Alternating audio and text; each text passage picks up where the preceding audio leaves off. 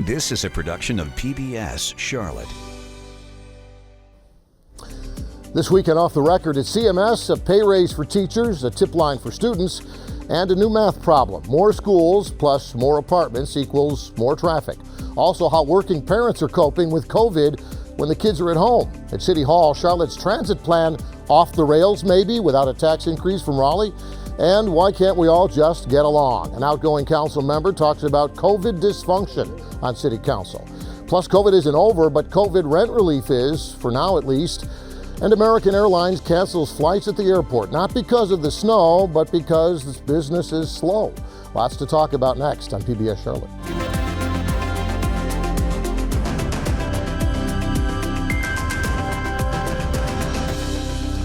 And from our PBS Charlotte studios in historic Plaza Midwood, I'm Jeff Sonnier, and we're off the record, talking about the stories you've been talking about this week. And if you watch the news, read the news, and listen to the news, well, you'll recognize the names and faces around our virtual table. Steve Crump from WTVI, Tony Messia from the Charlotte Ledger, Anna Maria Della Costa from the Charlotte Observer, and Steve Harrison from WFAE. Thanks for joining us this morning, and you can also join the conversation at home. Just email your questions and comments to offtherecord at WTVI.org. Well, the pay raise for teachers comes as welcome news to the teachers themselves, probably for all of us. I guess most of us agree that it's been too long since they've gotten their last real raise. But the question, I suppose, is when you raise pay, can you also raise morale? Can you raise expectations? Can you raise outcomes for the kids? Anna Maria Della Costa, you cover CMS for the Observer. Can you kind of give us the nuts and bolts of this week's school budget and what it all means for everybody involved? Sure. Those are a lot of questions. Sorry. And do it all in 10 seconds. Yeah, walk us through the raise itself. What are teachers looking forward to this coming school year? Well, first of all, this process is a little bit late because they couldn't really move ahead with the budget until the state passed its budget because it's based off of that. So they kind of knew that it was coming. They just didn't know what the percentage was. Right. So they proposed in, I believe it was last April, a 3%. And it came back. Some teachers are going to get 2.5%. Others will be 1.3%, depending on the stuff they're on and all of the math that is included in that. As far as lifting morale, it helps. Teachers are having a hard time right now. I think all school employees are having a hard time right now. A lot of them are having to work extra because so many teacher absences because of COVID. It's going to take more than this raise to lift the morale, but hopefully it's a little bit of a start. Tony, you're a parent, aren't you? I think a CMS parent, if I'm not mistaken. What do you money and outcomes don't always, line up next to each other. Any thoughts on where the school budget may take the school system going forward, not just the pay raises, but the other things that are in there that ideally will help improve the system itself?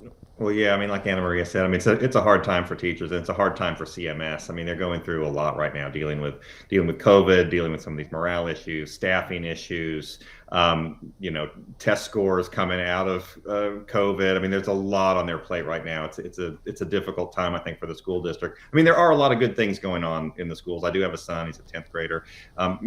For him, it just seems like it's business as usual. You show up, you take tests, but certainly, if you talk to teachers or you talk to staff, it's a difficult time. It's there's a lot of digging out of the hole from being almost remote, for a good portion of the year last year. Yeah, and I suppose the budget too offers some opportunities. There's a lot of one-time funding in there from the feds related to COVID that ideally could help improve some of the problem schools and some of the problems in all schools when it comes to kid outcomes. I know that that was a big debate last year when the county funding came to the schools. What were the schools going to do with the money and how can they demonstrate progress going forward? Thoughts from the panel about where the community Jeffrey, I think in some ways, one of the things that we haven't necessarily seen that's occurred in years past is related to CMS and the budget. And in some regards, it's like a Shakespearean play. And the reason why I say that is a lot of times CMS cannot necessarily make a move financially without interference from the Mecklenburg County Commission. Now, keep in mind, even with COVID and everything else, you talk about teacher raises, but at the same time, when there's been issues connected to the CMS budget, you always hear the word possible tax increase. So right now, as we talk about incentives, pay hikes for some of the instructors, we haven't necessarily, seen the outcome that could basically come from, the county commission, which does in fact control the purse strings. But at the same time, is it going to be enough to maintain the morale and to maintain a lot of those instructors staying in the classroom? Yeah, it's all kind of interrelated, I suppose, and I know in particular the minority community wants to see results. They've waited a long time for and heard a lot of promises over the years, but COVID in particular has kind of exacerbated those problems that have always been there and kind of put a spotlight on them for all the community to see. I guess this is kind of a show me kind of year for CMS with the one-time funding, the pay raise for the teachers, a lot of opportunity here, but now it's time for the money to translate into results, I suppose. Well, and what you speak of is proof of performance. In other words, a lot of times when we've had these initiatives, be it from the private sector, be it from public tax dollars, the question is, are you getting your bang for the buck, and are we able to see the result in higher graduations and in improved test scores, just to name a couple of the issues that surround some of the funding that goes into the school system. Steve? Yeah, I think, this is an election year.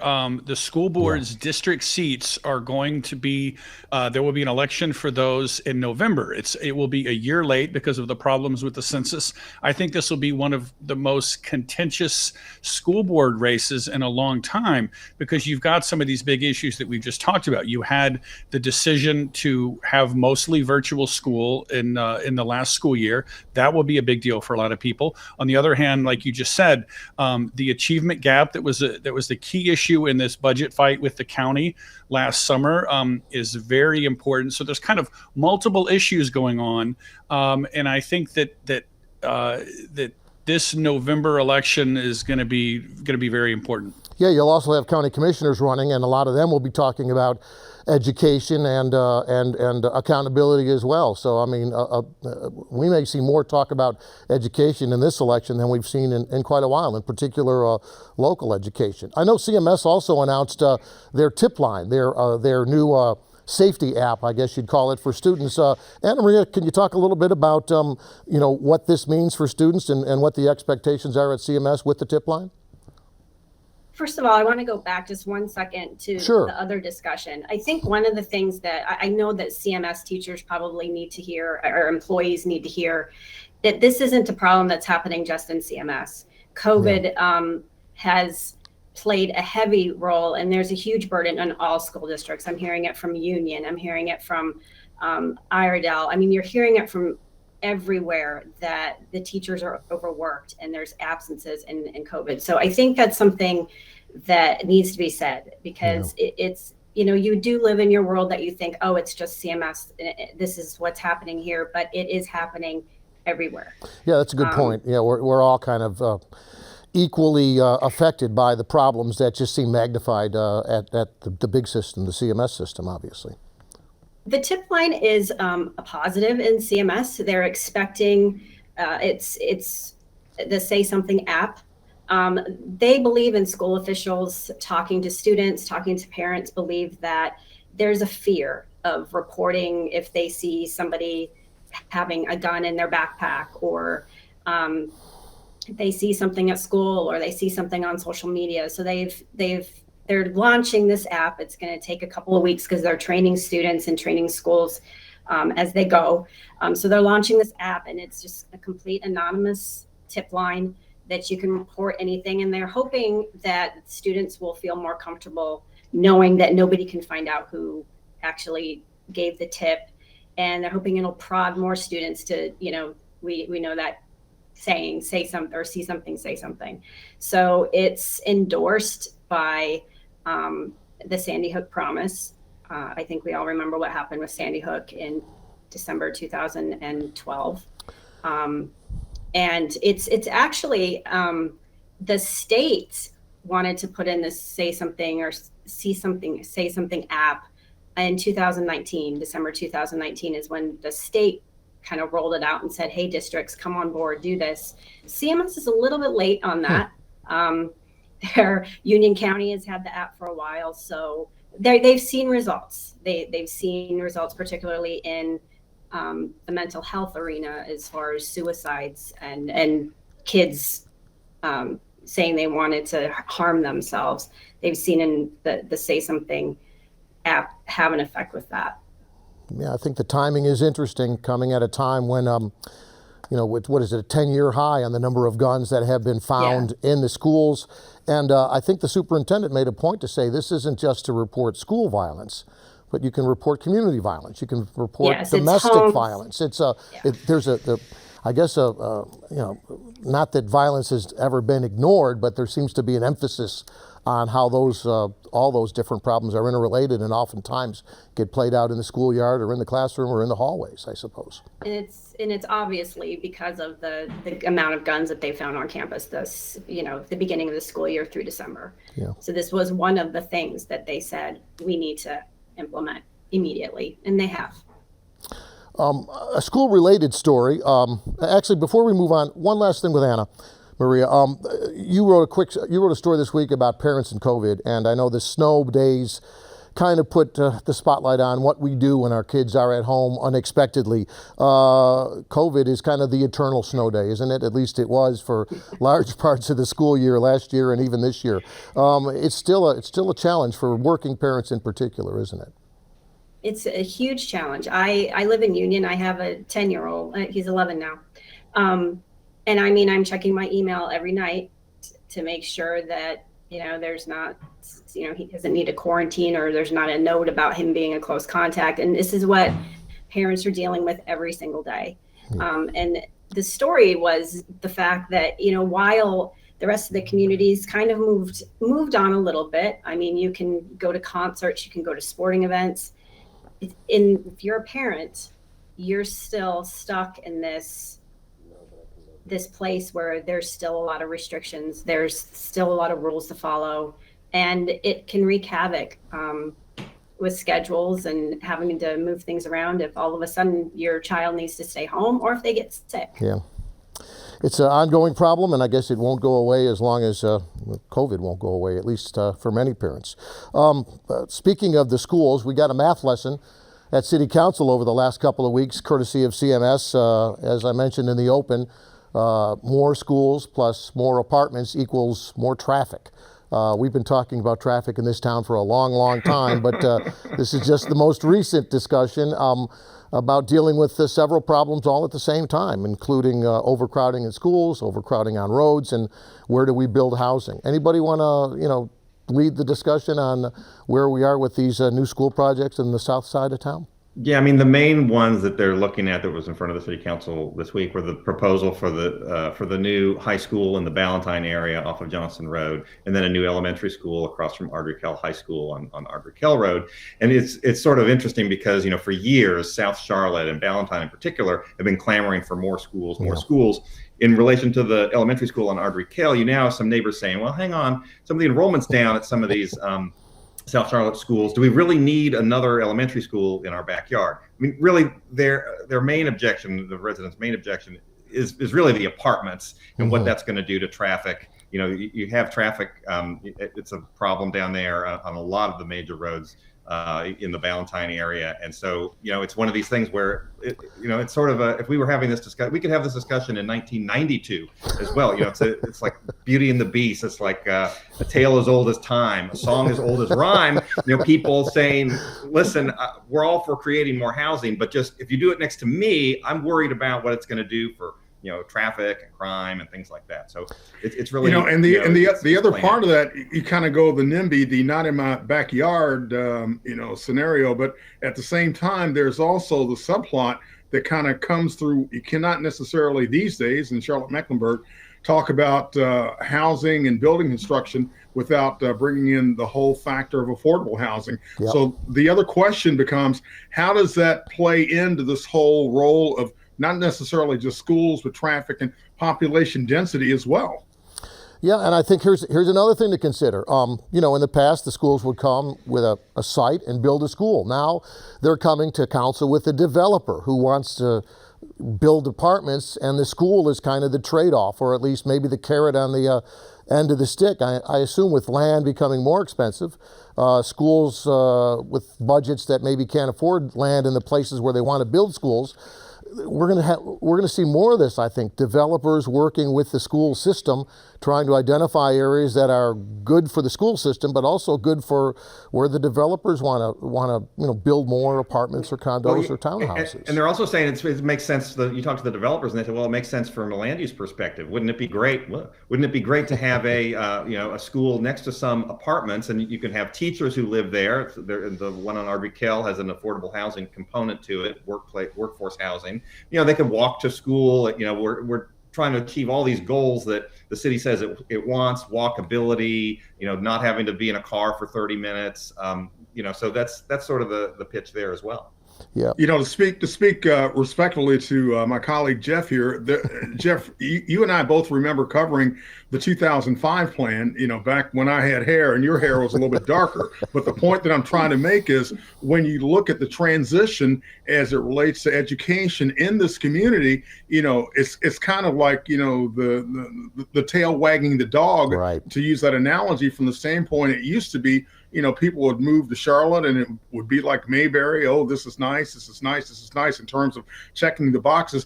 But now when it comes to buying a home or sitting down with a real estate person, one of the things near the top of the list becomes the schools. Right. And that wasn't necessarily what we saw, Jeff, back in, the 1980s when we were looking at, well, what's Charlotte going to look like in 2005? Yeah, I'm not sure anybody would have predicted the Charlotte we have today. In particular, all these problems kind of bumping heads against each other: development, school overcrowding, road overcrowding, affordable housing. I mean, this is kind of the Bermuda Triangle of problems that City Council is dealing with right now with these school projects. And your comment about walkability, Tony, kind of brings us to our next story: the city's transit plan. Another look into the crystal ball, but the crystal ball has a cost. And Steve, you wrote a piece this week for the Ledger about what happens if we don't get the money to fund the big plans in transit. Yeah, just wrote a story kind of looking at the city's options for what happens if there is no penny sales tax to fund this $13.5 billion plan. And, that would be a huge blow to what the city wants to do. But we kind of walk through the scenarios, and the city could do a modest plan, a small plan, and use the property tax. It's something they have the ability to do. They don't need permission from anyone. Next year is a revaluation year where the county is going to reset the property value. So already in a reval year, there's a lot of confusion over what the tax rate should be, whether you roll it back. Remember, 3 years ago, the Mecklenburg County Commission decided to not roll back the tax rate to the so-called revenue neutral rate. They kept 2 cents. Which is essentially a property tax hike. Right. So the question is, if the city council is really serious about transit, really serious about improving the bus system, that's an option that they have next year, is to say, raise the tax rate by 3 or 4 cents. 4 cents would give you about $55 million. That is a lot of money to improve buses, to do things like 15-minute headways, add more routes. So I think that this all or nothing idea that's been put forward is not necessarily the only choice. Yeah, I know the original choice was to get sales tax revenue from Raleigh, and that's apparently not going to happen anytime soon, and certainly not without a vote by on a referendum. The question that you raised about the property tax that discussion coming during a year when city council is also standing for re-election. I mean, is any city council member going to go out there and say, yes, I want transit, but I also am going to raise your property taxes? That was political suicide, in past elections, in past years. Yeah, most definitely. Right. It's a really hard decision. But sometimes, I guess, council and the mayor are up for election every 2 years. So there's really not a really quiet time, a good time to raise taxes and make hard choices. So it was just something, that it is an option if a lot of council members see transportation and transit is in crisis, that we're not taking care of essential workers. And so if that's the case and that's how they feel, then they do have things at their disposal to make improvements. They're not completely hostage to what the Republican legislature in Raleigh is willing to give them. Yeah. Two factors here.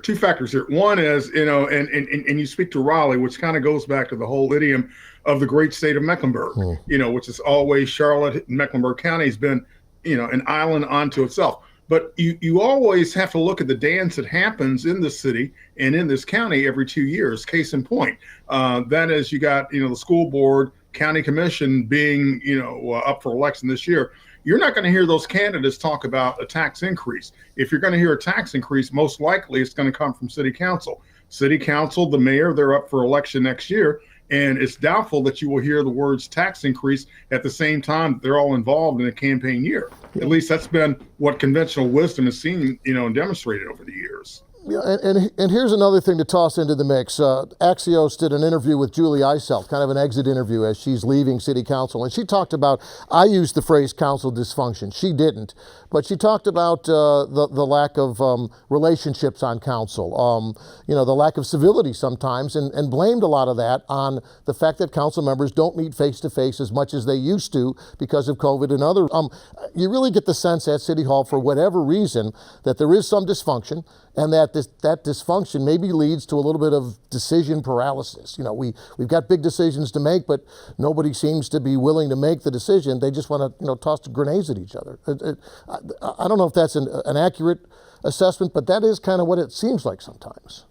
Well, the fact of the matter is, could what we're seeing in Washington transcend to what we're seeing at the well at the government center on 4th Street? I mean, it's one of those things of where we've seen some very contentious moments, around the dais and even on some of the Zoom calls as it relates to, the interactions between some of the council members. Well, it's interesting, too, because I think traditionally in Charlotte, it's been sort of very Southern and genteel. Differences are kind of ironed out behind closed doors ahead of time. And by the time they get to the council meeting, it has a scripted feeling. And I think this is really more of a normal, when you have political disagreements, they're being aired now. And that's sometimes they're personal. But, sometimes these are policy disagreements and people get very heated about them. And that's sort of a normal give and take in political debates. Steve? Yeah, I just want to piggyback on what Tony said. I think that's exactly right. Sometimes we talk about the Charlotte way in quotes, and that was this, everyone on the same page, that local government and big business working together. And that's not really how it happens anymore. And maybe that's not a bad thing, that this council is more inclusive, it's more diverse, it's more geographically diverse than, say, the council was 20 years ago. And because of that, you're going to have people with a lot more different ideas about what should be done, where we should go. And sometimes you have on this council a willingness to put forward in the public some controversial ideas and controversial discussions.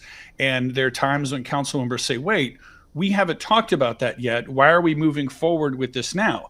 And to what Tony said, well, that is the time to talk about it. A public meeting is the time when we should be airing our disagreements and having policy debates. Yeah, you're right. I'll admit, as an old city council reporter, a lot of those discussions happen behind closed doors and on the phone before. Now they're just happening out in the public, and sometimes not just in the public, but on social media too, which means everybody's is watching the sausage being made right now, and that's not always pretty. We know that. American Airlines cutting flights at the airport. Not because of weather delays, but because of, I guess, a delay in the rebound of the travel business. Tony, any thoughts on whether these kinds of cuts coming in the springtime are permanent, temporary, and the long-term effect on our business community, our hospitality industry here in town? Yeah, it's hard to know. I mean, American adds flights, it cuts flights. They're just trying to allocate planes where it makes the most sense. Obviously, when American cuts flights and cuts capacity, it's able to raise, if it happens industry-wide, they're able to raise fares a little bit. I mean, in this case, I think Charlotte really benefited during the pandemic as being one of the major hubs. it picked up a lot more flights because American wasn't really able to do much internationally, so they reallocated a lot of those jets really into Charlotte. Now they're allocating them again. So it's about, they say they're about at 70% of business travel. Business travel is where airlines typically make their money. They can charge a lot more. So it's coming back. They see that coming back, and they think they're going to be able to turn a profit this year. But it's just, I would cast this as sort of the normal give and take of adding and subtracting flights. Yeah, just what was it? I think it was 800 flights that are flying today won't be flying come in March. But also, and this was a story that came originally, I think, from the Business Journal, other hubs have been affected even more so. But I guess it's that waiting for things to get back to normal again. Everyone kind of thought we'd be back to normal by now, but here comes the latest and not so greatest version of COVID, putting everything on delay all over again, I suppose. We had one other story to talk about this week, which was COVID rent relief. Honestly, I don't think we have time to really give that topic the time it deserves, but it is an issue that we'll talk about hopefully next week, certainly in a future show, that the money is pretty much just about run out for COVID rent relief at the city and the county. They're hoping for more funding, but for now, they've stopped taking applications, and that's bad news if you're one of those folks that were standing in line and hoping for that money as relief. That's a topic that's important. It's a topic we'll address in a future show. We just don't really have the time this week. But I do appreciate everybody joining us and giving us a good discussion on the topics we did have time for. At home, obviously, you don't have to agree with us, but you can join the conversation as well. Just email your questions and comments to offtherecord@WTVI.org. Thanks for joining us this week, and we'll see you next time right here on PBS Charlotte.